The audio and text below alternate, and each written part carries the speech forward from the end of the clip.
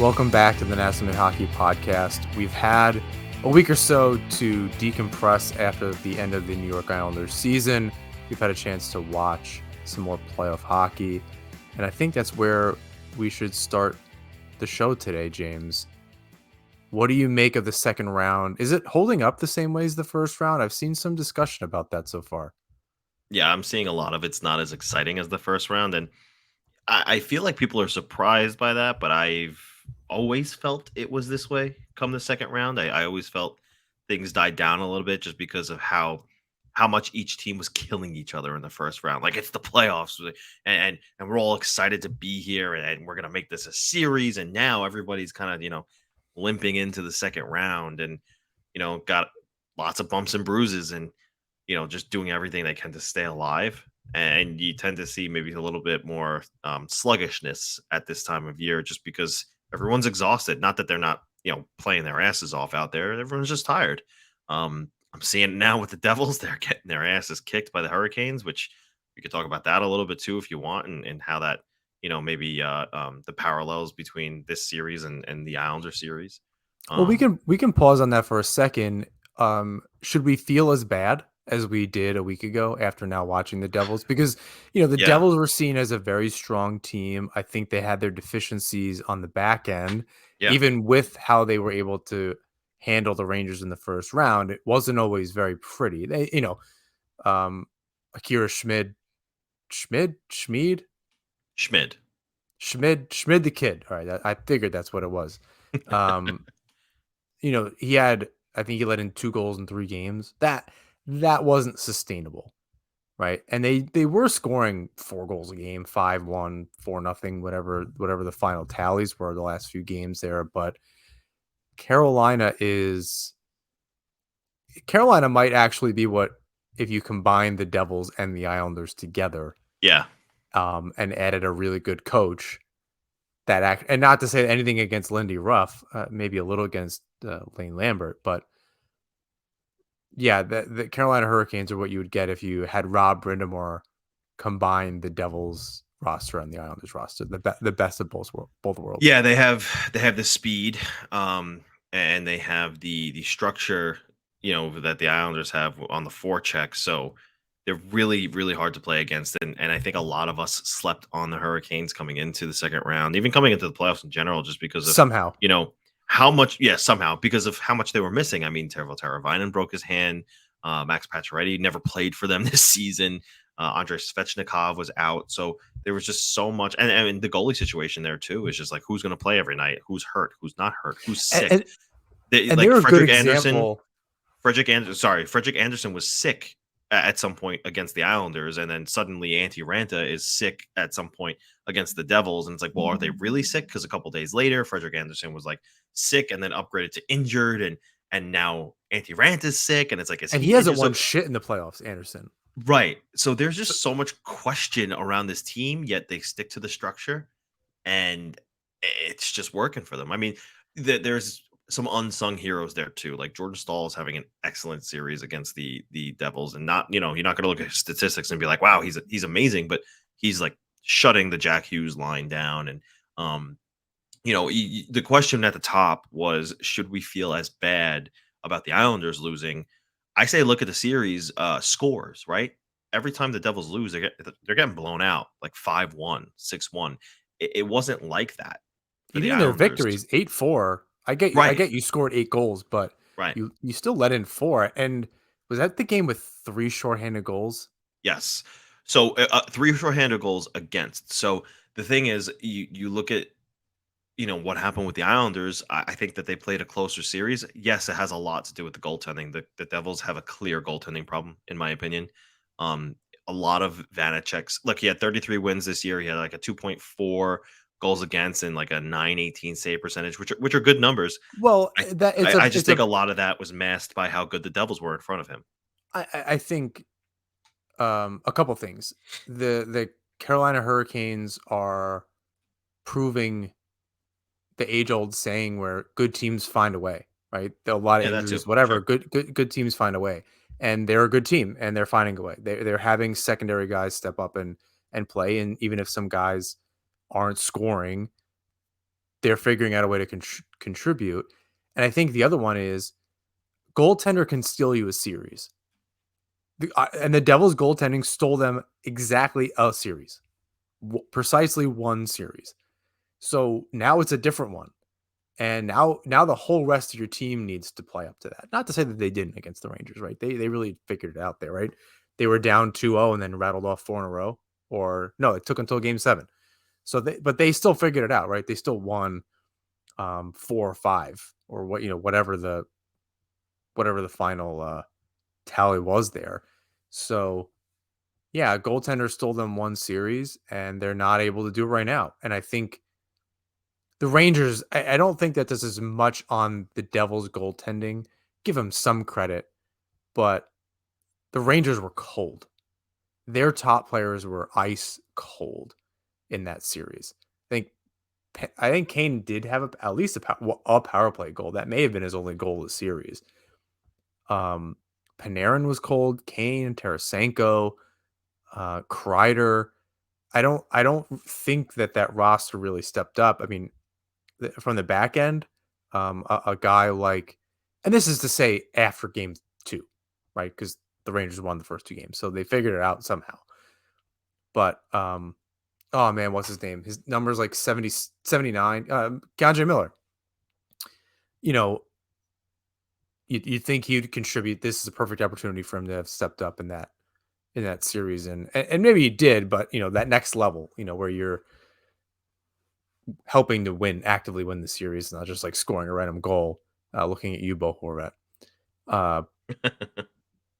So yeah, I mean, I guess at the end of the day, Carolina is just figuring it out, and that's what Yeah, good teams do. yeah, exactly. That's what good, and well coached teams and stuff like that too. So, I mean, look at the Islanders.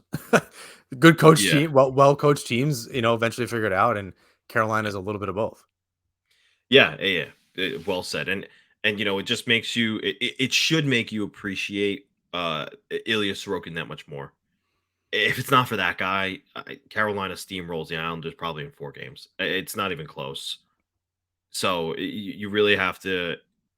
And Sorokin wasn't even his best, you know, but you still have to take a look at what they're doing to the Devils, who are puck possession monsters. Like that's there's no question. They're one of the best puck management, puck possession, puck pressuring teams in the NHL, and they're getting manhandled. And the reason why it looked better for the Islanders than it does for the Devils right now is Ilya Sorokin. So Yeah, that's really it. it's a bit of the Iceland versus the Mighty Ducks. For those familiar with the Mighty Duck series, I picture what's his face on the bench saying they're bigger, they're stronger, they have more facial hair. And that's what's happening to the Devils, right? They're facing a Carolina team that's kind of they're there to get over their own hump. If honestly, they're probably the story Yeah. this year, right? Because they're really the only team left with this really long history of being there a bunch and having this kind of demon to get over and this big hump to get on the second or the third round. And the Blues did it, the Capitals did it, the Lightning finally did it a couple years in a row, then the Avalanche did it. So Carolina's pretty primed to be that next team Yeah. if they are going to be one. Um, what's the other series in the East? Oh, Florida. That's a good series. Florida. If it That's winds up going being on right now. Florida, Toronto. Which, oh my God, what just an embarrassing. I'm here for the comedy, right? I think I'm here for the chaos, but I'm also here for the comedy. The Rangers Yeah. losing, as an Islander fan, is always just delicious. But Yeah. knowing that they put all this extra effort in, they're going into like cap hell this summer. Um, Speaking to friends of mine that are Ranger fans, I'm just like, go ahead, rag on me right now. Go ahead. I know the Islanders are bad. Like you don't Yeah. need to tell me that. I want you to talk about the Rangers being bad.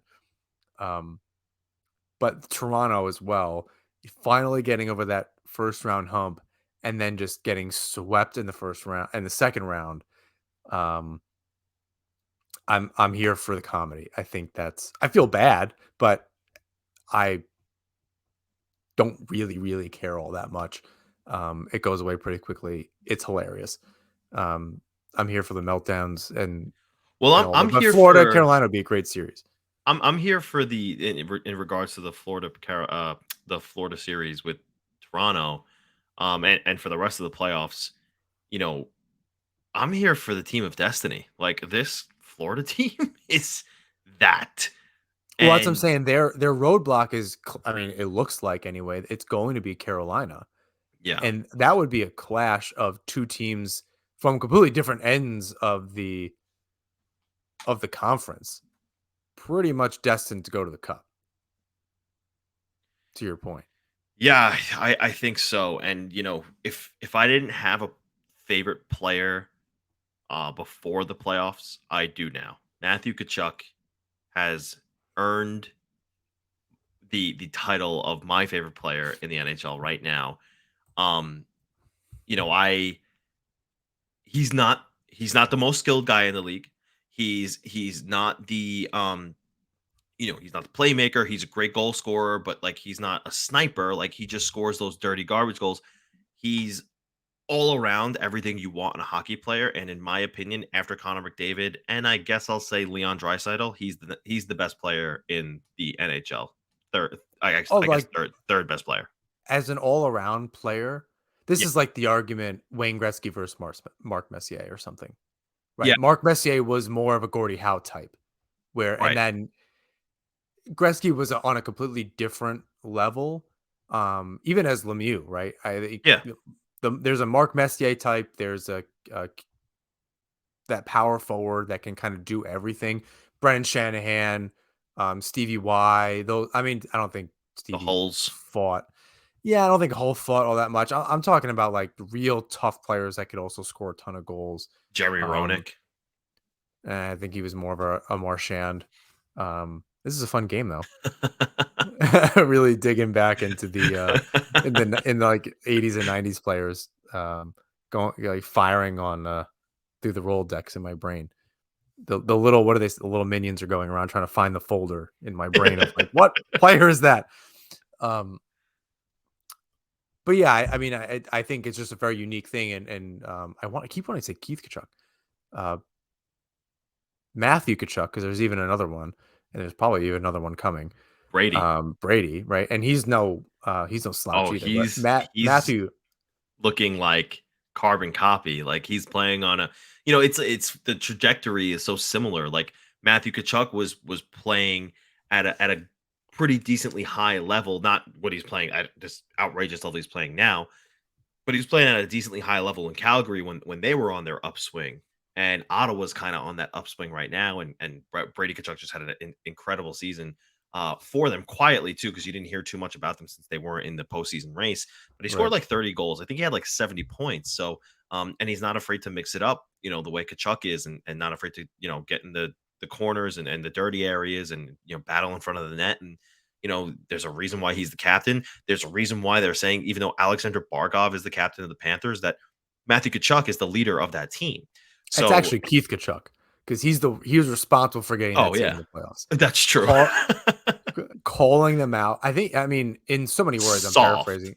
I was gonna say that was the word I believe he used, was that he Yes. called the team soft, and very publicly. It wasn't, Yeah. this was caught somewhere and the media picked it up. Like, I'm pretty sure he just said it Yeah. to the No, media, he which did. to a reporter. So yeah, that's wild. He's the owner, coach, and captain and GM of that team at this point. Keith Kachuk. Yeah, He completely owns that team. he does, and his son is, I guess, the general, if you will. So, Yeah, I don't, first so lieutenant, whatever the equivalent is. Someone in the service will correct us on how all of that works. yeah, But all of yeah, this he's a amazing. long-winded way to say the second round has not been as exciting as the first round, and we should, as Islander fans, not feel as bad about what the Hurricanes did to the Islanders, because look what they're doing to the Devils, who were third in the NHL this season. By the way, the Hurricanes were second, but you know, look, that team is just, they're firing on all cylinders, is what it is. But let's talk about the Islanders. And John, um, do you hear that? Hold on. Oh, okay, right. That's what we're hearing out of the front office. Nothing right Oh, I now. heard mourning doves here, but maybe you can't Yeah, hear no, that. I heard nothing here, right? My daughter's asleep. My wife's inside. I don't think she has the TV on. Sometimes she likes her moments of silence. And that's what we have over here, at least on my end, silence. Radio silence, nothing. I don't hear a goddamn thing. No one's hearing a goddamn thing. What does this mean? Why don't we know anything, or why haven't we heard anything from Lou Lamoriello or Lane Lambert post breakup day? I think there's two sides to how we can do this. The first one is not fun, and it's a very short answer. It means nothing. As we've learned, silence doesn't mean anything. There are some things we can glean as we have over the last two seasons of, and we'll get to maybe who's coming back and UFAs are RFAs, and we kind of touched on that last week. I don't think there'll be any surprises, which is exactly my point. I don't think there are going to be surprises to an extent. Um, we're waiting to see when or if shoes drop, and the fun part is going to be speculating, right? So I think there's a part of us that the past has proven this doesn't mean a whole lot. Um, Even if reports leak out, thinking about last summer, the silence didn't ultimately led to nothing. It doesn't mean that nothing was happening, but skip ahead to the end, nothing happened, right? So not hearing anything minus the hubbub in the middle, um, it didn't lead to anything. I think it's fair to speculate because there isn't anything, and we've talked about this before, where it's not the power Lamorel thinks it is. It's not that power grab that he thinks it is, because it gets away from him, right? And then he snaps back at reporters, don't, whatever that wasn't cleanup day. Maybe it was in the playoffs. Maybe it was right before the playoffs. Don't report on things, report on what you know. And it's like, hey, dude, you have the ability to actually say something or say, hey, we're working on things. You'll know when we're ready to tell you. And that would at least say, okay, things are happening. And we believe him to whatever extent we want to believe him.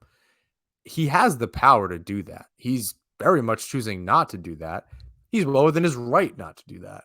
But it's not going to stop anybody, especially people who have, we're not media, we're a podcast. Um, well, you're media, just not with the Antlers.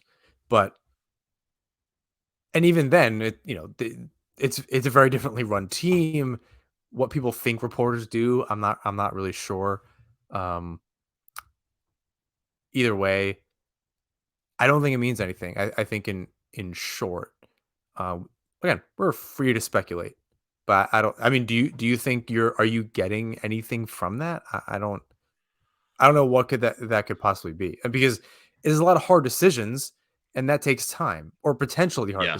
decisions, right? We may be thinking, oh, it's Lane, or ownership is telling Lamoriello to stop because they're not sure about Lamoriello or Lane. I mean, it just depends on what perspective you're looking at. Is it Lamoriello at this point being silent, or is it ownership telling him, "All right, we gotta address some stuff. We're gonna take our time. We have the time. The draft isn't for a while. Um, this and that. There's no rush." No, I mean, I guess there's no rush, but the fact of the matter is that there's a contract that needs to be hammered out for Lamorello if he's staying. Um, And that may you know, be part of it. that may be part of it, right? So I don't He can't do really, anything until he's re-upped. I mean, it depends on when his contract expires. It could have yeah, been they may not have been a date. It could have been a week after locker cleanout. So he may just be in limbo right, at this point. right. Yeah, so it's an interesting situation right now. Part of me is like, this is status quo. This is what they do. The other part of me is maybe there's a reason for it. And I, like you said, I'm in the media, not the Islander side. I'm on the Devil side, but I know a couple people here and there. I've been asking around, and nobody has anything concrete. But there's a feeling that something could be happening because of the silence. Some sort of maybe front office change, whatever that Again, looks so like. that's where So it's a matter of perspective. Where is the silence being? Where is the silence emanating from? It's a Yeah, weird sentence to say. and if you ask me, I would think it's the ownership. I think that they don't want anything, any falsalities, if you will, out there until they know what they're doing, right? There are going to be lots of changes within the Metropolitan Division. Actually, breaking news out as of right now, the Flyers have hired a president of hockey operations. It's Keith Jones. So they're making their moves.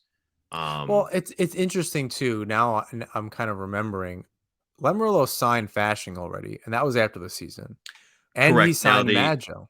I do want to point out those contracts were signed before they were announced, like weeks before they were announced. So I don't think that there was I don't think there's a correlation there.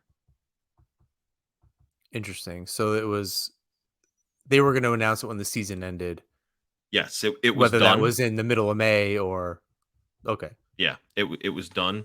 They just waited to announce it. So um I don't think there's a correlation there, and um that this is where you know Lamorello's, I guess, MO makes you think, like, is this typical Lou, or is his contract up and ownership wants to take their time and figure out the best course of action for them moving forward? Because last season was what it was. Lamorello parted ways with Barry Trotz, lots of question marks there, in favor of Lane Lambert, who was, had his good and bad moments this season. First round exit, didn't get as much maybe postseason in UBS Arena as they wanted. Maybe they didn't necessarily love the moves that Lamorello made, right? Maybe they didn't necessarily love the Bo Horvat deal. Maybe they didn't necessarily love the roster Well, they construction last summer. So the maybe they're Horvat deal they have to wondering. sign off on, right?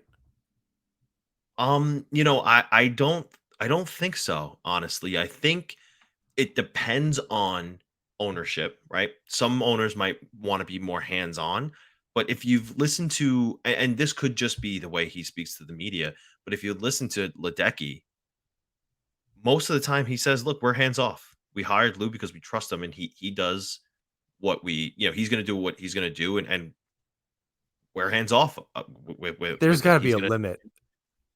That You kind of could be thing right. or a Barzell deal, even it again, Lamoriello likes his power, and I believe he said before, I think it's been written about that when he goes in, he says, "This is my team. I'm doing what I think is right for the team." 8-year contracts for tens of millions of dollars is a little bit different. I imagine there's I mean, I imagine, who knows. If it were me, at least as the owner, I would say, hey, everything up to this point, everything up to this dollar amount or year amount, you're good. Do whatever you want. But anything beyond that, we got to have a conversation. And you could be Maybe right, that's not but the look, relationship. you got to think about it too. When the Islanders acquired Bo Horvat, his numbers were fantastic. So I could see, if that is the case, that Lamorello needed to get it signed off on, he can turn around to the ownership and be like, "Well, look, he's scoring at a 52 goal clip over an 82 game season." Now he didn't end up there, but that's what he was scoring at, the pace he was scoring at when they acquired him, and Oh, at the they're time of the trade, this was great. I don't think yeah, anyone right, would and argue that. that's It's what I'm saying. So revisionist to go back and say that it wasn't a good deal. We know that now. well, It was I a good don't deal at think the we know time. that yet. That's I Well, think that's putting the cart whether before or the not it's a good horse. deal, I mean, you could be upset about it so far. That's more accurate. I think there's plenty of time for this to shake out, and for us to know, before we talk about good deal, bad deal. But the fact of the matter is that the owners, just because they're the owners, doesn't mean that they're necessarily hockey people, right? Do you think John Ledecky knows what expected goals is? Like, he's not looking at Well, that shit. So, yeah, and teams are also using different stats than that. They're not using the right, same analytics that we are, which is, right. yeah. I they're just I don't know what those things are, but I've heard enough that that's not what the teams are actually using. So we're using things that are likely a little behind. in one way, shape, or another. Yeah. Let's play a little game. All right, we're gonna play a game called Who Stays, Who Goes, and I'm gonna name a player, and you're gonna tell me if they stay or if they go, and you're gonna give me a short synopsis on why. All right. We're gonna start off with in net Semyon Varlamov. Does he stay? Does he go? Why? I think he stays. I think it's a cheap deal, and they know what the Islanders know what they have in him, and he wants to be there. So I think that pretty much sums it up. They've shown that Sorokin doesn't need to have that tandem aspect to the game. I don't know that that's the right move. I think it's good that he's hungry, but maybe if they don't keep Varlamov, it's because they want to split up that time a little bit more. They did try it this year. Varlamov played a little bit better than last season. Sorokin was still out of this world good. But maybe if he plays 5 less games, is he focused more in the playoffs? This is a little test case, right? He had 2 full seasons. This was his first that they had a playoff run. He had to play out of his mind to get in, get the Islanders in. He was a big reason why they finally were able to figure it out. A lot of players were. Um, but if the only reason why Varlamov won't be back is because they think they need somebody to play a few more games. I'm gonna agree with you. I think he stays, and I think it's just because of most of the reasons that you just said. In addition to the fact that I think he's just generally happy here. I think he's happy with his deployment. He's a little bit older now. I think he's a little bit more fresh for the games he does start. But I also think it's about the friendships, and I don't mean that as a joke. Oh, the friendships made along the way. No, I mean that as in Alexander Romanov and especially Ilya Sorokin. He's got his countrymen here who he has built these bonds with and these friendships with. And he just, we spoke about this last week, glowing reviews about Ilya Sorokin and the friendship between those two guys. So I don't think he wants to leave that. And the final point here for me is, and I don't know if this is something he's taking into consideration. It's kind of something I'm just talking myself into right now, but New York is a destination where a lot of Russian players want to come play. And so he probably knows in the back of his mind that there could be more people coming from his homeland that might be intriguing to him. So that's what I think. Next up, Zach Parise. Absolutely. I don't see why not. Um, Pay him. Yeah, if he can come in at league min again, that's great. The Islanders don't have a ton of space. I want to give him a raise because he deserves it. He doesn't need the money, but I don't know how you show your appreciation for a guy like that other than paying him. Um, he's great. He's kind of filled in everywhere up and down the lineup. It hasn't worked everywhere, especially in the top 6. Even though he's scoring goals, it's just a matter of chemistry. But in the bottom 6, he's finding his place. Rather, he has solidified his place in with the Islanders. And if they can find a role for him, and he's played every game, right? His body looks fine out there. I think as we discussed last week, a Parise Zizekas fashing 4th line would be fantastic. A player like Durando can come in the bottom 6 after Parise does retire, whether that's after this season or even another one, depending on how next season goes. They Islanders seem to have some bottom 6 folks that they can plug in. And they're not in abundance throughout the NHL. I think it's hard to find the ones that are going to fit on your team, but it's not impossible. They found fashing. They can continue to kind of do that. And Parise is a great fit in the bottom 6. I can't think of a reason not to have him. Yeah, I'm going to agree with you. I think he does stay. I don't think he's ready to retire. I think he's got more left in the tank. Um, and I don't see any reason why he won't just sign the same deal again. He's going to be making $833,000 for the next 1, 2, 3, 4, 5, 6 seasons via the Minnesota Wild. So he's making his money in addition to his Islander salary. He could sign the same deal and be living very comfortably. Next up, Scott Mayfield. Does he stay? Does he go? I believe this is a reversal from last week, and certainly a reversal from what I've thought in the past. I say Scott Mayfield goes. Um, I think he'll be too expensive. I think at some point they need to kind of move on from some of these core players, and this is just an opportunity. He's been around the team a long time. It's going to sting, I think, for the team and for what we know he can be capable of. I think there's a lot of mistakes. They need to make room for a more agile defense group. You have a Pelech and a Pulak for the most part, and a Romanov.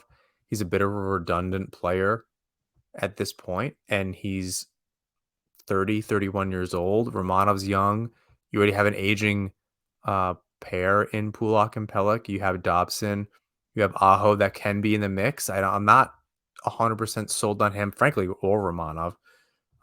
They need to be able to give themselves some room here. They do have a redundancy in the form of Grant Hutton as well. I don't think it's 1-to-1, but if you're looking for just a bigger right-handed defender to play on your third pair or act as your seventh defenseman, even if he's playing in Bridgeport most of the time, I think you have that, and it's much cheaper. He's already signed. So I think you save yourself the money, and we'll talk about the offseason wish list in a little bit.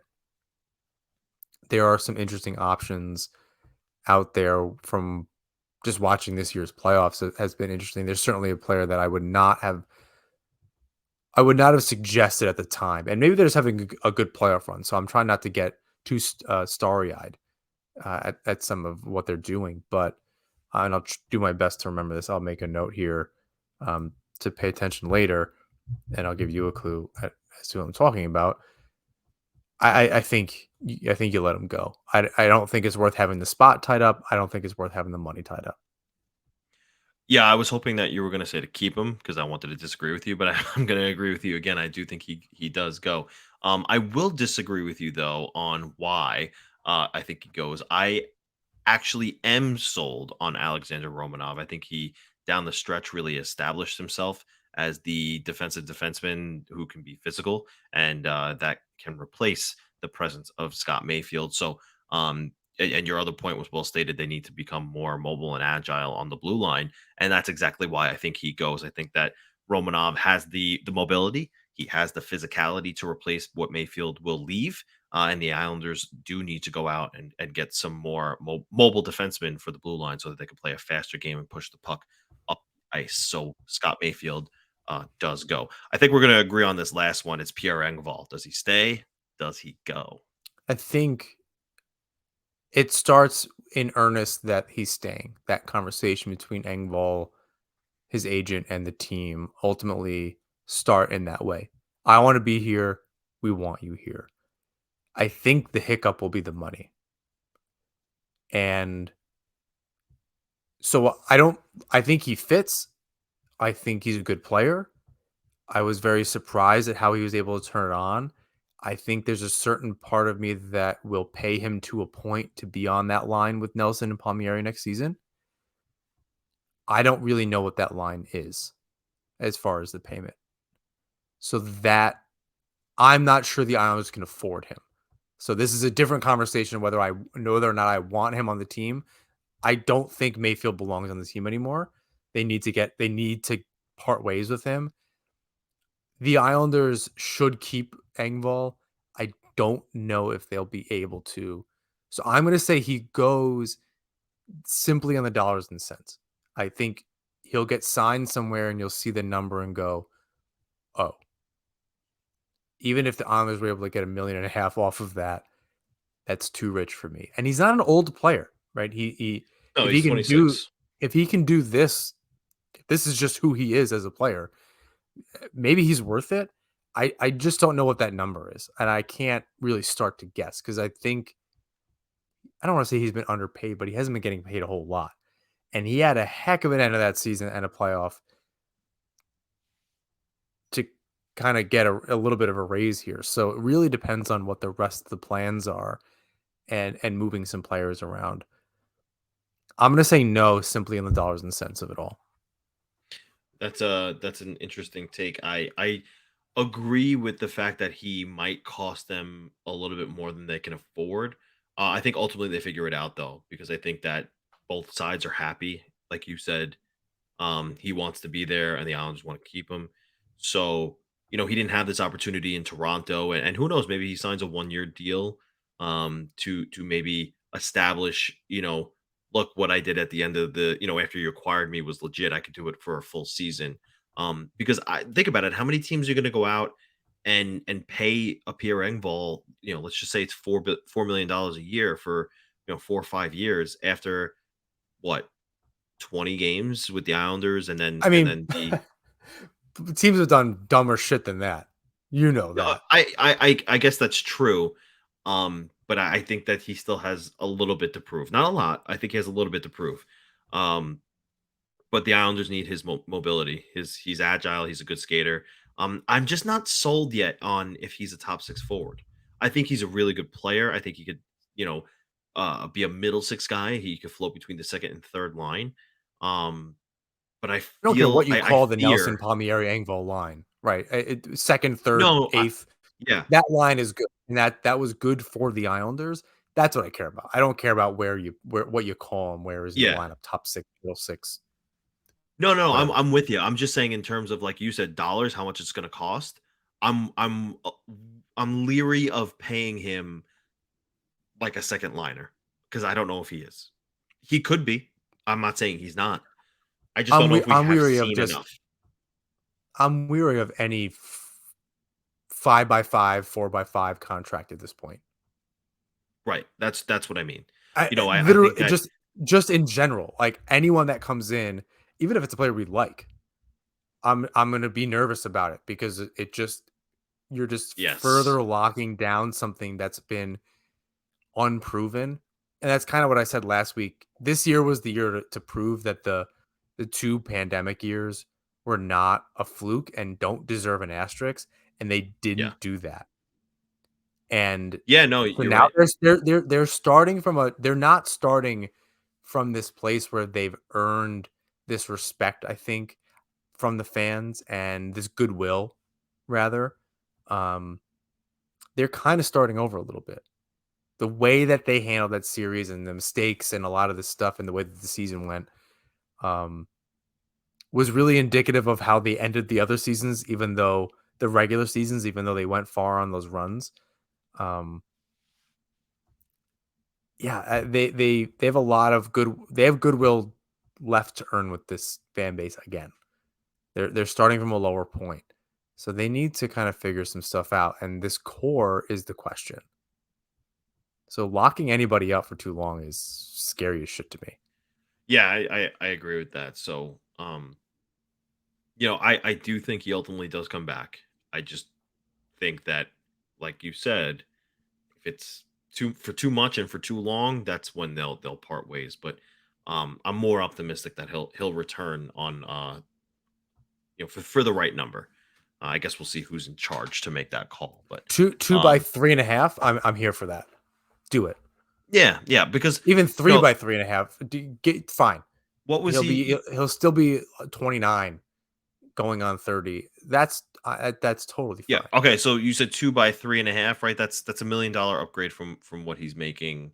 $1.25 million Yeah. upgrade from what he's Even making now. So three by 3.5. That sure, I'm I feel better about that because Martin and Clutterbuck come off the books. Um, Bailey, one way or another, comes off the books next season. So like, if this season is a disaster, there's a space for him in the on the third line or something like that, where Martin and Parise might not Clutterbuck come back don't come off the books yet. next season, after next season. Oh, So okay. even if they sign Engvall this year and the season is a disaster, and Bailey can't get offloaded and any of that kind of stuff, Bailey, Bailey, Martin, Clutterbuck all come off the books. It gives them the room that they really need for a Sorokin deal. Um, I don't think Dobson yet. That might be 2 years away. That Um, is 2 years away. Yes, he's got next season and the year after locked up. um, so Engvall will have a place, in other words, in the bottom six. Yeah. So if it doesn't work out where he's a middle six player, as you're saying, 3 by 3.5 won't look so bad for a short period of time. I have time for that. Yeah. So I think if that's where it ends up and everyone's happy with that, then I definitely think he stays. My anticipation is it may just be more money than that, in which case we're gonna wish he didn't stay unless he Right. really lights it up. Well, yeah, But there's a that's what you conversation for in season in beginning in October. yeah, and that's what, they'll have to be conscious of when making this decision. Nassau Hockey is brought to you by DraftKings. Light the lamp during the hockey playoffs with DraftKings Sportsbook. Right now, new customers can make a $5 bet and score $150 in bonus bets instantly. You can go to DraftKings Sportsbook right now and place a prop bet on Brock Nelson to score a goal, and there's a pretty good chance that you're going to hit. So download the DraftKings Sportsbook app now and sign up with code THPN. New customers can make a $5 hockey playoff bet and score $150 in bonus bets instantly. That's code THPN only at DraftKings Sportsbook. Gambling problem? Call 1-800-GAMBLER. In Massachusetts, call 800-327-5050 or visit gamblinghelplinema.org. In New York, call 877-8-HOPENY or text HOPENY 467-369. In Kansas, call 1-800-522-4700. On behalf of Boot Hill Casino and Resort, 21 plus in most eligible states, but age varies by jurisdiction. Eligibility restrictions apply. See show notes for offer details. See DraftKings.com/sportsbook for details and state-specific responsible gambling resources. Nassau Hockey is also brought to you by Raycon. Let's face it, with coffee starting at $5, yes, even without any customizations, and our bank accounts somehow always depleting, we're officially entering a dupe session. Most products do the same thing, but they're priced differently solely based on the brand name. So a good duplicate, or dupe, is crucial for getting the highest quality at the best price.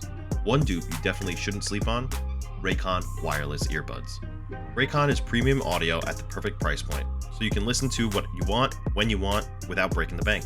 With your groceries costing more and more every day, you have to find a way to save money somewhere, and why not do that with Raycon, a quality wireless earbud on the market for half the price. Raycon's mission is to prove that you shouldn't have to pay an arm and a leg for quality sound and essential smart tech listening features. You can get a pair and a spare and still pay less than you would with some of the other, more big-name tech brands out there. Raycon knows that this is an economy purchase. Every purchase needs to be perfect. Raycon offers buy now, pay later options. Right now, you can pay as low as $18 at checkout. They have an easy and free return guarantee. They offer 2 years of product protection insurance for just a few bucks. They offer free domestic shipping and flat fee international shipping. They also have over 50,000 5-star reviews. Some of my favorite features are the earbud tap functions, noise isolation, and awareness mode. So go to buyraycon.com/THPN today to get 15% off your Raycon order. That's buyraycon.com/THPN to score 15%. buyraycon.com/THPN. Let's talk about the wish list, right? There's obviously needs for the Islanders, what they need and what they've always needed. Let's start with one that was brought up a couple days ago. I was listening to the Jeff Marek show, um, Marek versus Wyshynski, and Vladimir Tarasenko's time came up in New York and how he played with the Rangers, yada yada. And there's this feeling that he may not re-sign with the Rangers just because they might take things in a different direction. Maybe Patrick Kane wins out there and stays, who knows? But Wyshynski alluded to the fact that, and look, this is a storyline that I feel like we've been talking about forever, right? Because there was that trade request, and we learned that Vladimir Tarasenko had the Islanders on his list that he would go to. It's a New York area team, and maybe that's a plus for the Islanders in the sense of possibly getting him. But now he's finally a free agent, and he's free to sign he will be a free agent. He'll be free to sign where he wants. Um, do the Islanders? I don't know. Do they take that chance on you know or the risk on an injury prone 31-year-old in free agency? I mean, he had a decent first round in the playoffs. He wasn't spectacular last season, but he was with the Blues at one point, who were really bad. He then got traded and had to get his feet under him with the Rangers, turned it around in the playoffs, after a quick start with the Rangers and then kind of died off. Does it make sense to take a chance on this guy and you know no doubt if he could be a shade of his former self, a first line of Tarasenko, Horvat, and Barzell could do damage. But do you take that risk? I don't think so. He's played he played 75 games in 21-22, but the season before he played 24, and this year he played 69. Nice. So all right, so he's played a decent amount of games, around 70 games the last 2 seasons. That's not terrible. He scored 18 goals this season, 50 points. My instinct is no. Again, it's I think the question or the perspective rather of a lot of Islander fans is that the core is aging. I don't think there's a lot of them to really worry about if it just means, as we've said with Lee, putting him in a third line position rather than in a top six position. I think he'll thrive in that role and play well. His skating looks fine, right? But some of the other things are, it's just not what it was, and maybe he can get some um, get a boost from playing in that bottom six, maybe a little bit more physical and be able to pot 15 goals lower in the lineup. I think is a huge help for the Islanders, especially if a player like Parise is still around on the fourth line, etc. But doubling down on older players. How old is Horvat? 28. He'll be 28. I don't think that you. And again, I think as a perspective of other Islander fans, I just don't think you go with older players at this point. Actually, he just turned 28 last month. Yeah, so I don't think you go with older players at this point. Even the younger players aren't so young anymore. Barzell is 25, 26 years old. Like I don't know that adding a 31, 2-year old to the lineup long term is your fix, even if for a year that they can do damage. Um, the team is more than a Tarasenko away from winning. We're watching some of that in the playoffs now. Looking at a Florida lineup, looking at a Carolina. Hell, I mean, Boston was really deep and they didn't do it. It was just the wrong pieces. So I think that's something that that's a contrast to the teams that are doing really well. Um, Look at what they've had to build up around McDavid um, to actually get over bigger humps. Really, when it counts, right? Not in shortened seasons and caveat and asterisk seasons, right? The teams that are left have really deep lineups, and look at what Seattle had to go through and where they are. Dallas is a different team than they were even when they went to the Cup a few years ago. I don't think Tarasenko's it, man. I he's just too old. I think for the thinking about long term on this team, if you're going all in, that's still the wrong guy. If you're going all in for 2 seasons, he's still not the right guy. You just have a really big unknown. He didn't really light it up with in the regular season with the Rangers. There's just not a lot of 21 points, 31 games. I don't know. I didn't really see a bunch of proof of concept. He had 4 points in 7 games. He's only going to slow down. If you're already worried about Horvat, you need somebody that you can that's pretty much money in the bank. He's not that anymore. Uh, well said, and I think I agree. It's just really that ending is probably what I should have started with. He's not the money in the bank player he used to be.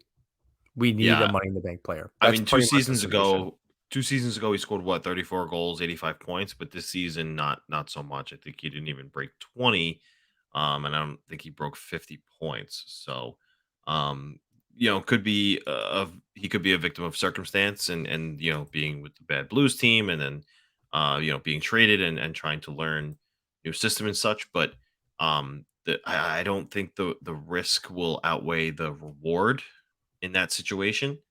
So, yeah, ultimately, I say no on Tarasenko. I think there are other avenues. JVR, James Van Riemsdyk. Is it the same thing? I don't I don't think that I'm going to be completely honest. I don't have a good read on him. And So he is. Let He's He's 33, 34. 33, 34 years old. Absolutely not. Um, You have Engvall, you have a Nelson, you have a Palmieri, you have a Peugeot, presumably, who needs to wake his ass up. That's a different conversation. You have an Anders Lee. You absolutely fucking do not need this guy. yeah. There's no there. I cannot think. Look, if he's gonna be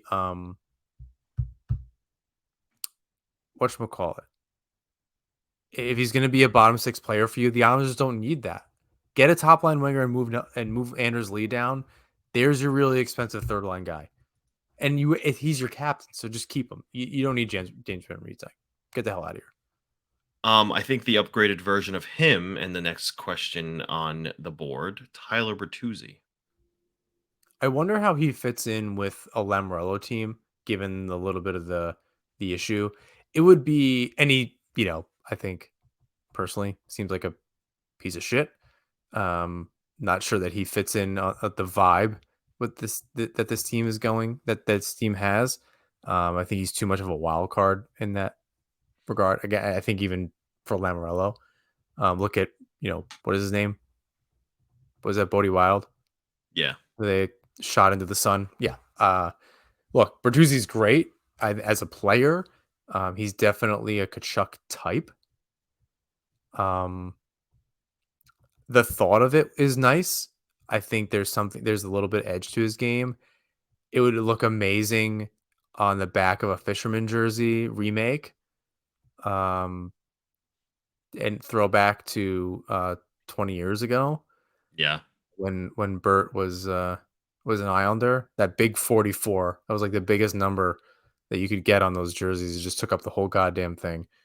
Um, so there's a little bit of a story there. I mean, I I think mean, it's look, interesting, but I don't think they do it. 30 goals, 62 points in 68 games just 2 seasons ago. He had 16 points in 21 games when he got traded to Boston. I find it, if he hits the market, hard to pass up on a guy like him. I don't think. I I mean, Lemorel is a stick to his guns guy. If it's not him, It's not him. then oh yeah, I think you reset all of that. And I struggle with some of these guys that are just like it's known that they're kind of pieces of shit, and it just makes it really hard to root for them. But I Yeah. think it's if it's I think Lamoriello, I mean he's very clear on where he stands and he's going to stick to his guns. I have a hard time believing if Lamoriello is around, Bertuzzi's even a thought.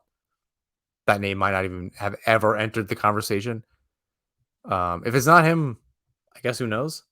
And I'll eat my words when he scores a Stanley Cup winning goal for the Islanders. I'm not going to not cheer. Um, I don't like the guy, but I'm not going to not cheer. Okay, so let me ask you this question. All that shit aside, based on pure talent and ability and hockey resume alone, if he's available on July 1st and you're the general manager, are you signing him? I think I have to ask about where he'd fit in the lineup. I mean, is he a He's first he's line guy? he's your first line left winger. He's playing with Barzell and Horvat. Is that ultimately where he fits in? Where was he with Boston? With Boston, um, he He doesn't. was There's something about. I mean, he was the first line right winger with Marchand and Bergeron. I believe he could play both sides. is he a lefty? He is.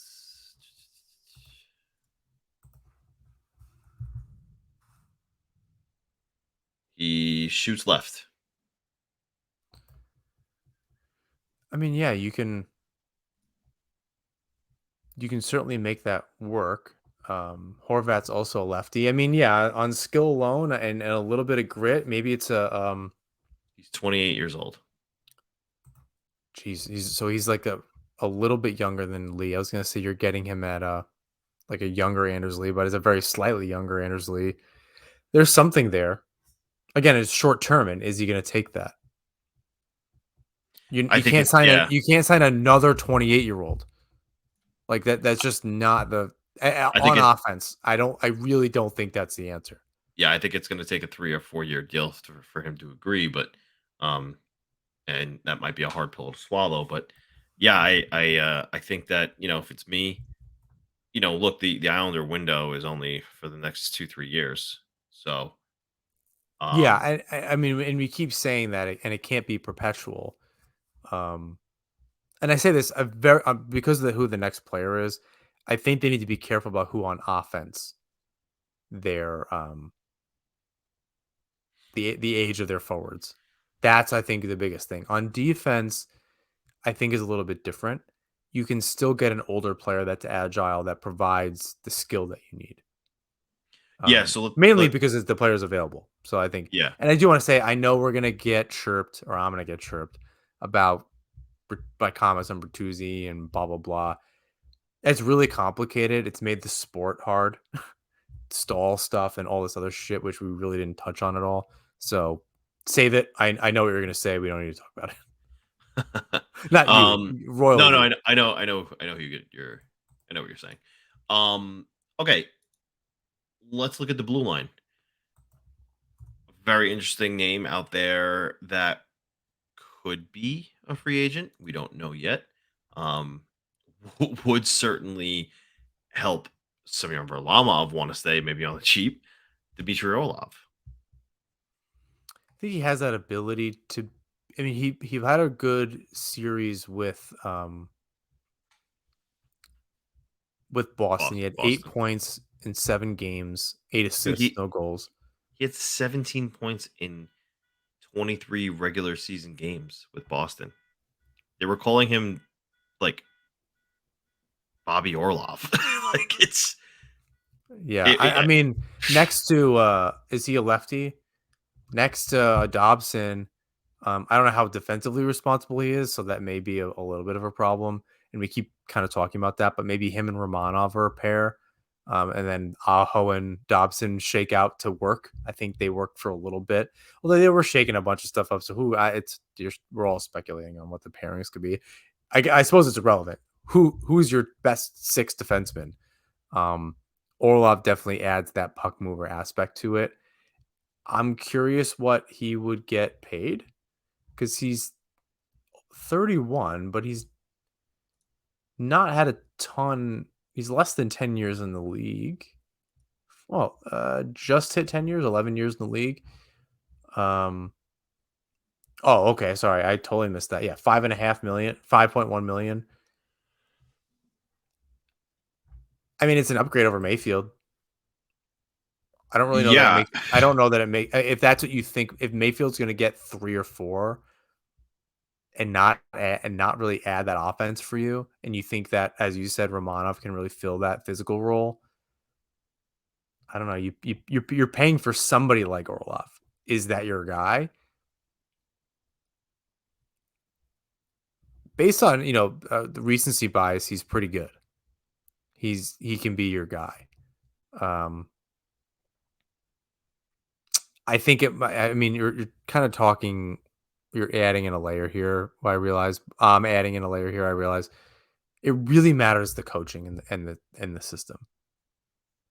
That's a big caveat for really any of this. The offense is a little bit easier, but the defense is going through something, an existential crisis. What are they? Are they offense? Are they defense?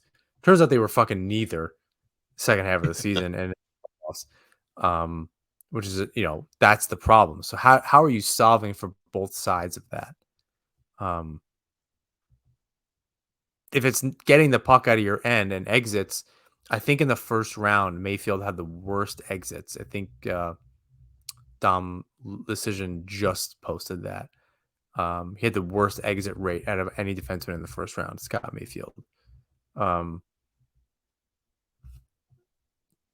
I don't know where. I'm not saying that Orlov had a better number and that's why he should be that, but Islanders had a lot of trouble getting the puck out of their own zone, especially with certain players on the ice in the playoffs against a really good team. yeah, They really need to be able to do that. Orlov might be that guy. yeah. Definitely could be. I would. I I would say that they should go for him if he's okay with like a 4 year deal. But anything after that, I think he's a little too old. This was the player that you alluded to a little bit earlier. Um, He would certainly help with the mobility. He would certainly help with the offense. Um, I believe I know where you're going to go with this one. Shane Gostisbehere. So he really surprised me in that series against the Islanders. And I don't know that if the whole team was just exposing them and I just happened to see it. Like maybe it's because I kept forgetting that he was on this team. Um, he may have been getting some sheltered minutes and really just exposing certain parts of the Islanders team and it could be any number of things and caveats. I at he was making 4.5 million. He's 30 years old. He just turned 30. I don't know what you would pay him. Um, He's making a and how million he fits bucks. in. What? Say that again. He's making $1 million this year. He's making 4.5. This is Shane Gostisbehere. Or is that just his cap hit on uh Carolina? Am I incorrect? I'm looking. I don't know. I'm looking at cap friendly. It's 4.5. His base Yeah, salary was 1 million. I was looking at I was looking at Hockey Reference. It said $1 million, but I guess that's maybe just what Carolina is paying him. But you are right, 4.5 million is what I see. Um, What's the he was million? playing on really bad teams in Philadelphia and Arizona. He had 10 points in 23 games the regular Ah, season. With Carolina, at the prorated amount for what the it was rest. the base salary. Yeah. Um. So I'm curious what you'd pay him and how he fits in. He's also I'm probably 30. I'm probably more keen on Orlov, who's 31. So like the age of the defenders on short-term ish deals doesn't really bother me because of it's just a different it depends on what the system is and how the defenders are working together. And who's available, right? We can only really deal with who's available. And this is also a really short exercise because we're on a podcast.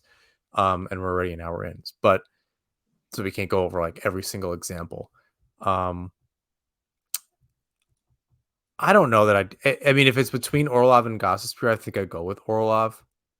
But I was very, very surprised with how well Gostisbehere is playing against the Islanders. Admittedly, I've not been watching a ton of that Carolina Devils series, so I don't know if he's been keeping that up. What have you seen out of Gostisbehere in that series? Like, is that like, wow, we need a guy like that, or it's interesting if he's really, really, really cheap, which probably won't be. He's an option. Like, what are you seeing? Yeah, he's just been a really good puck mover. He's helped initiate the breakout for Carolina a bunch. He's a really mobile defenseman, and that's he's not the best in his own end, right? He does have a few defensive lapses here and there, but for the most part, when he's got the puck on the end of his stick and he's helping attack, he's not really in his end so much. And that could just be the circumstance in Carolina, right? They're firing on all cylinders, so he could be playing well because the whole team is playing well. It's hard to quantify what he would bring to the Islanders in this short sample that I'm seeing for him with him playing just against the Devils. But from what I'm seeing, like you're there's a mobile defenseman there who knows how to put up points, and that's a need for the Islanders. So if they can get him, let's say 3-4 years at is he going to make more than the 4.5 million he made last season and in his last contract per year? He scored 41 points last season, and the season prior he scored 51. So the trend looks to be going down, but still 41 points from a defenseman. I believe that would have been second on the Islanders to Noah Dobson, right? I think he had 50 again. This season? Yeah, did Dobson have another? His defense was pretty bad, but I think Dobson had. Too bad He his had show. 49 points. He had 49 points. Yeah, I mean, I think in back-to-back seasons for Dobson, that's great and huge improvement. A lot of that was in the beginning of the season, and probably a lot of goose eggs the rest of the year across the board there. Yeah. Yeah, when you're a dash snowman most nights, it seems it's probably not going to be great. But Yeah, I think it depends on what that system is.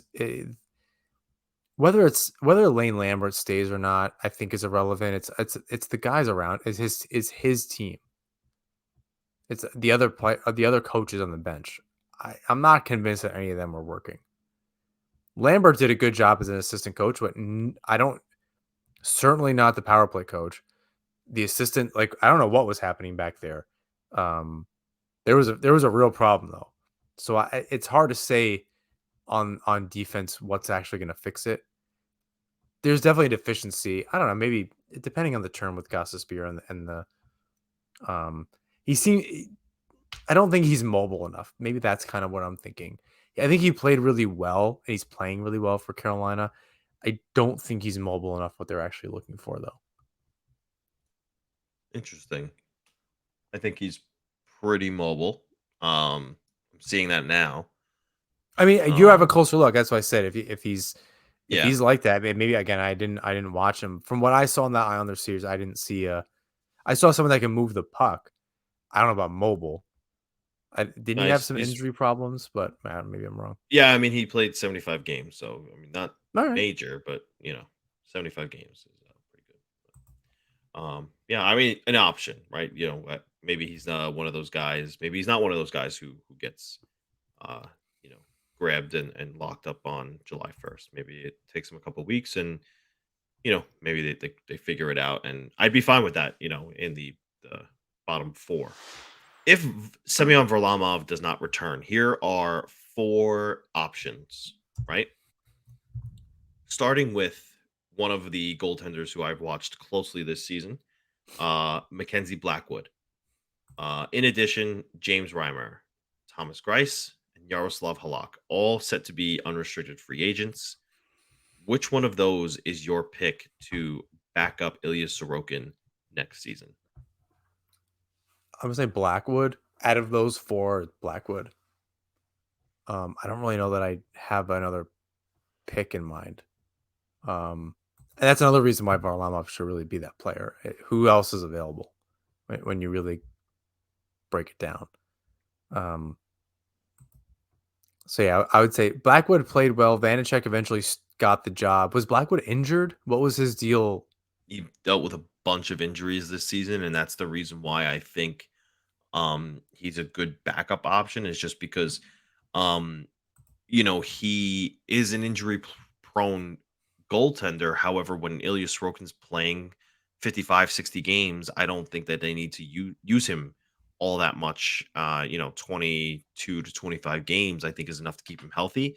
And he performs at a pretty high level when he is playing and healthy. So I think it's a best of both worlds situation for Blackwood to do that, because for him, it might be a situation where he wants to go and prove that he could be a reliable goaltender. And although he won't start for the Islanders, maybe he wants to prove that he can at least, have some consistency in a season. And if he gets that in 25 ish games with the Islanders, maybe that's enough for him to go out next off season and find a new home. But at least for next year, it allows Mackenzie Blackwood to not have to move very far, and have a chance to be the backup somewhere. So there's no question he has the talent. Um, it's just a matter of him being able to stay consistent and get those reps because of injury purposes. I'll say this: out of the goaltenders that are available as UFAs, Varlamov had the second highest save percentage among those available. So Frederick, no, I'm sorry, Jonas Corposalo, who I imagine will try to stay in LA, had a 914. Varlamov had a Yeah, 913. Alex Lina had a 912 in Florida. He did not play yeah, very many games. Alex Lina, he played 15 games. Varlamov played 23. Antti Ranta is also available. He had a 910. He played 27 games. Tristan Jarry had a 910 and a 290 goals against average. I would not want him anywhere near the Islanders, so I don't really care what those numbers say. The more I've watched him, he played 47 games. Yikes! The yeah. the Penguins just need to shoot him into the sun. Never see him again. Yeah. Both of the Carolina goalies are available. Anderson played 34 games. He only had a 903. Yeah, and Aiden Hill that was tied with Corpusella with the 914. And he had a better, actually, Aiden Hill in the same and 10 less games and 27 games. He had a 250 and a 914. I don't know. Vancouver. Vegas has had a bunch of issues, with goaltending and injuries as well. So I don't imagine they're going to want him to get very far. So Varlamov is the best goalie kind of available. That kind of played in that area. He had a 10-point difference in save percentage over Halak in 2 less games. 913 versus a 903. I don't know. And Varlamov is 3 years younger. Yeah, which is why I ultimately think that Varlamov stays. Yeah. I don't think there's another. It's really not a matter of if you think Varlamov should stay. It's great who you're replacing him with. And that continues to be the question. That's been the question for 2 or 3 years. Great, trade him for an asset. And then what? You can't play Sorokin 70 games. You cannot do that. He's going to play high 50s, maybe 60 games. What did he play this year? How many games did Sorokin wind up playing?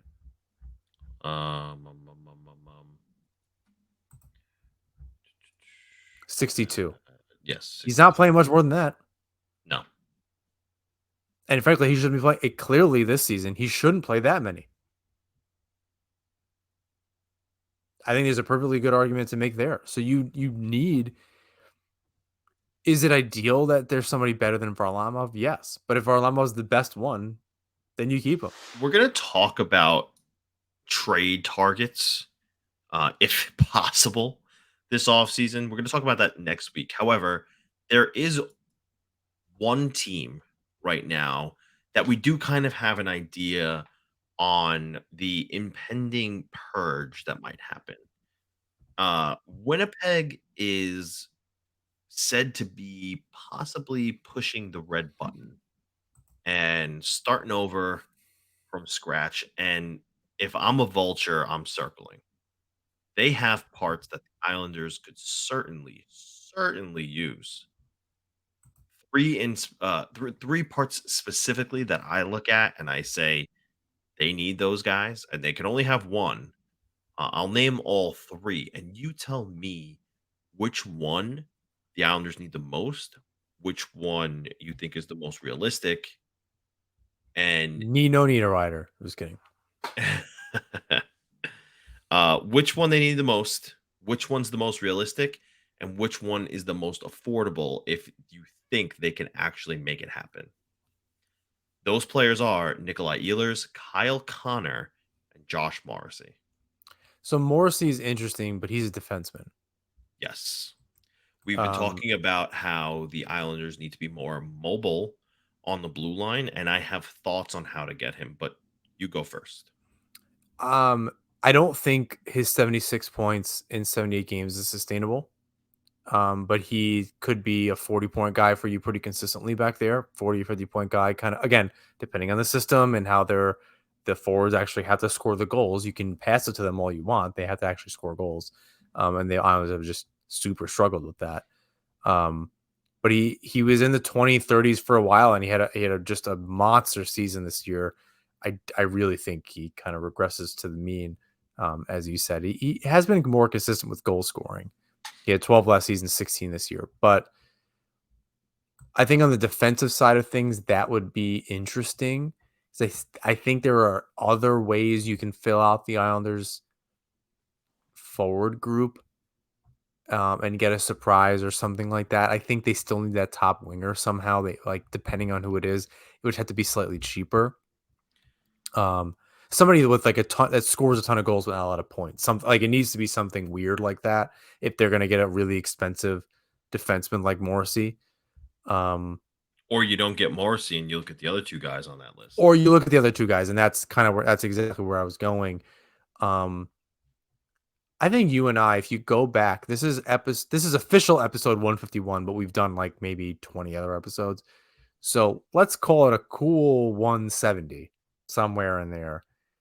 Somewhere in the annals of this podcast, you and I have talked about Nikolaj Ehlers on a decent percentage of them. I've been banging that drum I think since before we started the show. I'm sure you have. He's definitely somebody. He did not have a good year this year, goal scoring, but as a consistent guy, that team has just really never been able to get it together. They made some deep playoff runs, but it's been a very long time since they made it out of the first round, 2017-18, and he's the youngest one out of them. Am I making that up? He's 27. Kyle Connor's a year younger. Yeah. But Ehlers is 1.1 and change cheaper, and for one less year. How many goals did Kyle Connor score this year? 31. And he scored 47 last year. Oof, Maron. I don't know. I mean, for the difference here is not going to be the 1.1 or even the age. It's a little bit the term. The younger guy has an extra year. That should be kind of irrelevant then. It's a little bit of a wash. You probably, I mean, as much as we bang the Ehlers drum, I think you probably try to go with a Kyle Connor and just go again. Dude can just score 40 goals a year and not get one GD assist. I don't even care if he scores 40 goals on the fucking power play or they're all even strength. Whatever. It is irrelevant. He needs to score. We need somebody to score a goal every other game on a regular basis. That their name is not Brock Nelson. Right? You need a second guy that can score the goals. That you're at least getting they need to just get their goals per game up, and that's how you do it. Yeah, I'm happy with either of them, but man, Kyle Connor is dope. I think you said it well. I think Kyle Connor. I think they both fit the need. I think Connor is the better scorer to acquire. However, I do think Ehlers is the more realistic one that could be acquired, just because of how you said that he didn't have as good of a year this year. He makes a little bit less money. I believe Kyle Connor is like he was just in the first year of his new contract. But Connor? Yeah. No, he's in year 1, 2, 3. He just finished year 4 and he has 3 left. The last 2 years have a modified no change clause. Trade clause. Trade clause. I feel like that deal was wow, it's been 4 years. Oh my god. Yeah, I remember that deal was signed. I don't know. That was weird. A weird lapse of time for me. He's on a bit of an upward trend, more so than Ehlers. So I think Ehlers may just be on a little bit of a downturn where Connor's really kind of stepping up here. And the age in like 26, 27 is just, they're both born in the same year. One has a birthday in February and one has a birthday in December. I don't know. I'd say go with Kyle Connor, and then you can try him for 2 years before his no move clause kicks in, and then get rid of him if it's not working. Yeah, he's even 30 years old. Yeah, I think that's well said. That would be the move. I think it's interesting. We're talking about half the trade here. What do the Islanders have to give up? What are they willing? What are they willing to get up? Sorry, I'm moving around a little bit. I'm getting antsy. What can they even give up? You're already giving up next year's first round pick again. Do they have any prospects that are worthwhile to the 2024 pick? Or 23? Yeah, 24. 23 is already gone. You'd have to give up 24. Oh, in this case, you would give up that pick. In this case, for that player, I think you do that. No, of course you do it. But that's not going to be enough by itself. Do they care about a William Dufour? Do they care about a Ruslan Iskakov, Matthew Maggio? Do they? Islanders need a young guy at some point, right? And so frankly, that's what I mean. A first on Oliver Wahlstrom. Cool. Sorry, bro. You didn't make it. You go get that again. This dude is money in the bank. Horvat had a career year. Connor is just playing well all the time. Yeah, This he's a is just who perennial this 40 dude goal is. scorer. That Yep, is it's just well said. this. Did he have a 50 goal season? No. He never did? 47, 47. 21, 22, 31 last season. He's a 35 goal guy. And that's great. Islanders just need a second 35 goal guy. Or a Yeah. third if Horvat can get his shit together. And I know we have this talk, who's Barzell and this and that. Dude should be scoring 30 goals a season. He should be 60 assists, 30 points every single season. That should not be a question. Yeah, I did kind of look at Jack Hughes this season and say, this is what Islander fans wanted him to be. Isn't Barzal. that like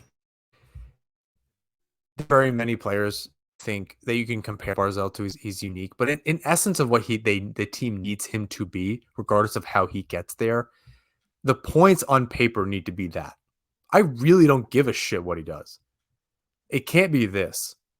I know there's an Islander system and there's a little bit of that, but they give him a lot of room out there to kind of do his thing. He's the only player that plays like that.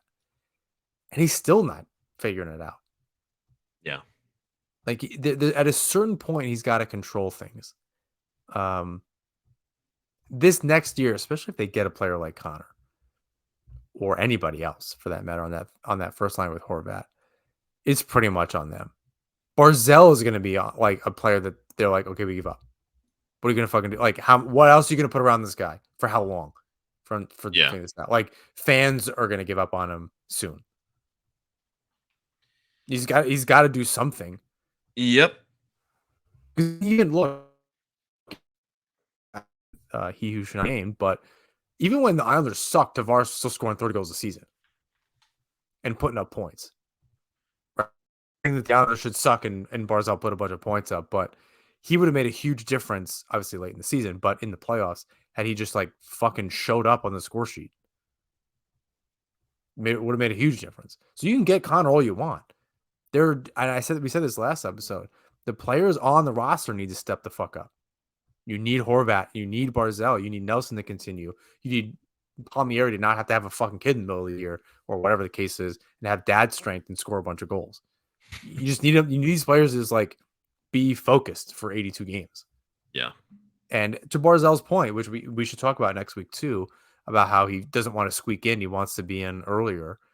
Yeah, dude, we all do. Unfortunately, you're one of the 18 players that gets to actually make that a reality. So go for it. Well said. There's nothing else to say. I mean, you're the one getting paid to do the thing. Yes, it's not an ideal roster around you, but you're also not putting the team on your back. You have not Indeed. adapted to the game to be the player the team needs you to be. You continue to do the same shit that doesn't work. And that was an argument we had with Tavares for a long time. He tried to do too much, and he would screw up. Barzal just needs to simplify his game and step up there. Only he can change that. I think paid to do the thing is one of the funnier things that you've said. You're the one paid to do the thing. Yeah, it's sorry for the rant. Yeah, and again, this isn't saying like trade Barzal. I'm not a fan No, of him no. or whatever, but there's a certain point where, okay, how are you adapting to be better? What are you changing about your game that's clearly not working? Forget again, system side.